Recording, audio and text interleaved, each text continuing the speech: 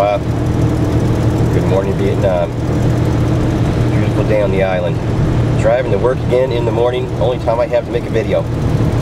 Now, I realize that many people say I'm negative and a pessimist, and I would have to agree with that. But their definition of a pessimist is a person that would look at a glass of water and claim that that glass is half empty, while an optimist would look at that same glass of water and say that glass is half full. I look at that glass of water and I say, you idiots want to argue over a fucking glass of water, I will get my own fucking glass of water. So I come from a different angle. My angle today is still on unemployment. The first thing in Michigan here, they claim the unemployment is going down, but the workforce is shrinking considerably. And that's because people are simply falling off the unemployment benefit rolls for thousands and thousands a week. And they're just not counted as not looking for jobs. I don't know what they're supposed to be counted as. Homeless, you know, these people are barely scraping by. Now, in Michigan here, they said that they expect home sales to improve because, and the stock market was actually up because of this yesterday. This was the excuse.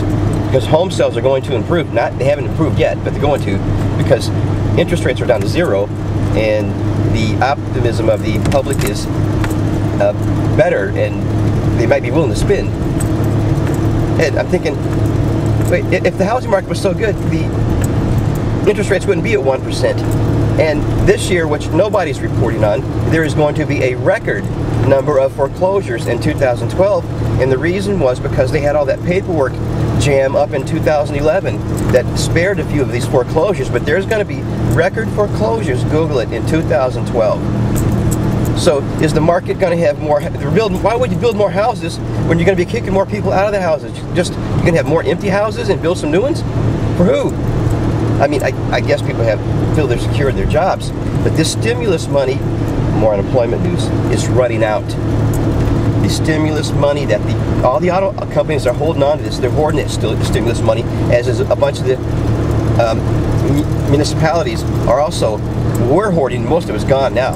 And in Michigan here, we have something called an emergency manager that comes and steps in if a city or a school district or anything funded by the state is in financial trouble, and they give them all kinds of chances to straighten their financial problems out, and if they can't do it, then what happens is this state financial manager guy comes in with a team of these tax dudes and a bunch of mathematical geeks, and the first thing they do is they fire everybody. They fire the mayor, the city council, then they start firing the police department and you know, all of anything garbage pickup, and they try to sell anything they can to anybody, to, you know, parking meters, water systems, sewage systems, garbage pickup, anything, so they can save money.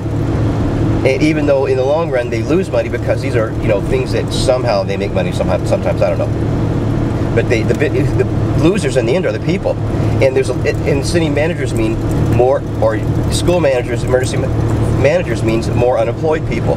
Now in Michigan last month, we actually lost jobs, even though on all the TV stations they said we gained jobs. If you just go on the Federal Unemployment Registry thing on Google it, and it tells the numbers, and Michigan was like the 6th state that lost the most jobs. They lost around 5,000, nearly 6,000 jobs last month. And even though they said they gained jobs, I don't know who the hell makes these numbers up. I don't know. Anyway, we've already Michigan rather has already taken over Benton Harbor, Michigan, Flint, Michigan. If anybody remembers Flint, Michigan from the movie Roger and Me, they've taken over Pontiac, Michigan, and maybe some other cities. I don't know. And they've taken over a couple of school districts. They want to take over Detroit. Now, Detroit would be the biggest city to ever fall to one of these things, and they are hundreds of millions of dollars in debt, along with the school district.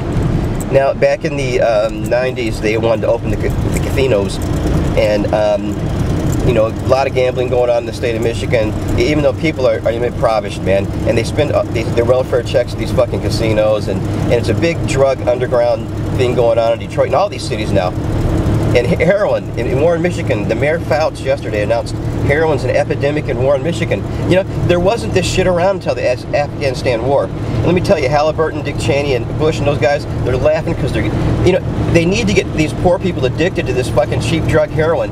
And they had to get it, to keep it cheap, they had to get it from the manufacturer, which was Afghanistan. So we went over there, went in, and now they're flooding the whole fucking United States with it. And if anybody can contradict that, you know, let me know. It's everywhere. It's even in the rich neighborhoods. But anyway, unemployment. There's going to be more unemployment as these city managers step in. More people are fired. There's less people living in these big cities. Less people going to these inner city schools. And more people are going to suffer because it'll be less benefits for the poor folks that live in these neighborhoods. And we'll just see what happens with that. And this is a beautiful day on the island here. It's the lake. It's very windy today, man. And these things are trying to freeze out here. These are the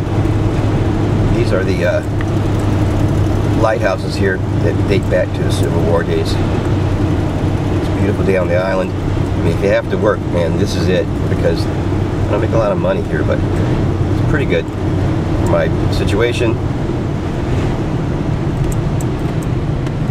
Good experience, too. At least I'm working 4 days a week. Duck out.